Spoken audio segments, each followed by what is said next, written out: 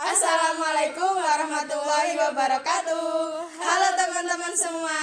Kami di sini akan menjelaskan pengolahan Simplicia fructus yang akan kalian pahami loh. Sebelum tahu pengolahan tiap-tiap fruktus, yuk kita ketahui dulu bagaimana sih produksi Simplicia dari awal. Proses produksi Simplicia dari awal yang pertama adalah pengumpulan bahan, kemudian sortasi basah. Sortasi basah dilakukan saat bahan masih segar dengan tujuan untuk memisahkan bahan yang busuk, bahan yang tidak sesuai, misalnya terlalu tua atau terlalu muda. Kemudian bagian-bagian tumbuhan lain yang tidak diperbolehkan. Contohnya, folium harus bebas ranting, rizoma harus bebas batang, atau bahan-bahan asing seperti pasir, kerikil, tanah dari bahan Simplicia yang akan diolah. Kemudian pencucian. Pencucian harus dilakukan segera setelah panen dengan menggunakan air bersih untuk menghilangkan tanah atau kotoran yang melekat pada Simplicia. Lalu penirisan. Kemudian pengubahan bentuk.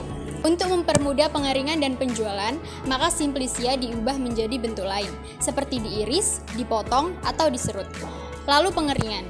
Tujuan pengeringan adalah untuk mengurangi kadar air, untuk menjamin dalam penyimpanan, mencegah pertumbuhan jamur, serta mencegah terjadinya proses atau reaksi enzimatika yang dapat menurunkan mutu.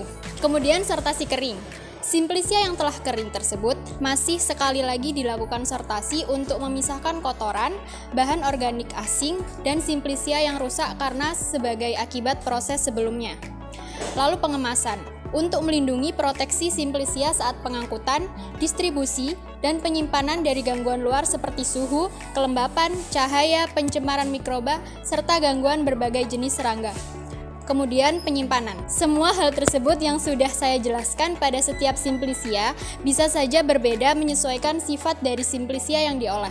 Oleh karena itu, kami telah menyiapkan 3 contoh Simplicia fructus dengan pengolahan yang berbeda. Yang pertama, Cumini fructus dengan nama lain buah jintan putih dengan nama asal Cuminum siminum L dari keluarga Apiaceae.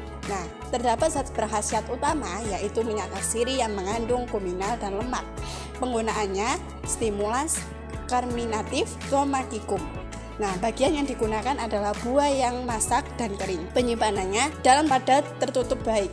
Nah, adapun cara pembuatan atau pengolahannya, yang pertama yaitu pengolahan bahan. Buah mulai dikumpulkan apabila tumbuhan telah mulai mengering dan buah sudah tidak berwarna hijau tua lagi dengan cara mencabut tumbuhan. Setelah itu, tumbuhan dicuci dengan air bersih sampai bersih. Kemudian ditiriskan agar sisa-sisa air cucian dapat dibebaskan. Nah, yang kedua, pembuatan Simplicia. Tumbuhan yang telah bersih dan bebas dari sisa-sisa air cucian tersebut kemudian dikeringkan di sinar matahari dengan alas tikar dan diirik, kemudian dipukul-pukul dengan kayu agar buahnya terlepas. Buah dikumpulkan dan dikeringkan lagi di sinar matahari. Kemudian setelah kering, ditampi agar dibersihkan dari bagian-bagian lainnya. Kemudian setelah bersih, diwadahi dan disimpan. Yang kedua, Coriandrum fructus dengan nama lain ketumbar. Untuk nama tanaman asalnya yaitu Coriandrum sativum L, termasuk ke dalam keluarga Apiaceae, memiliki zat berkhasiat utama yaitu minyak atsiri yang mengandung koriandrol dan minyak lemak. Penggunaannya untuk bumbu masak dan karminatif.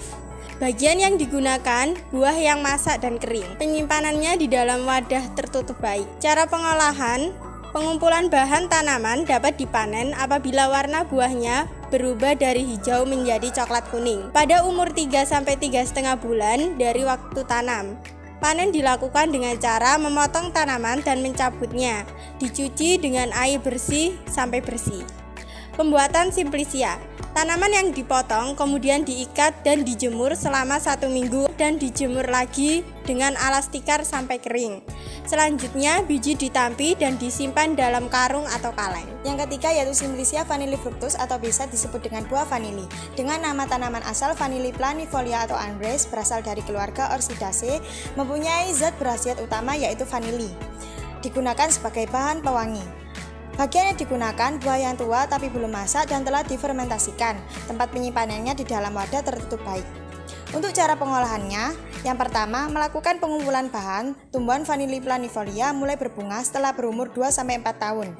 Kemudian bisa dipetik setelah buah-buah menguning setelah 2-8 bulan. Selanjutnya, pembuatan simplisia. Setelah dipanen, polong buah segera dicuci sampai bersih dan digrade sesuai dengan diameter serta panjangnya.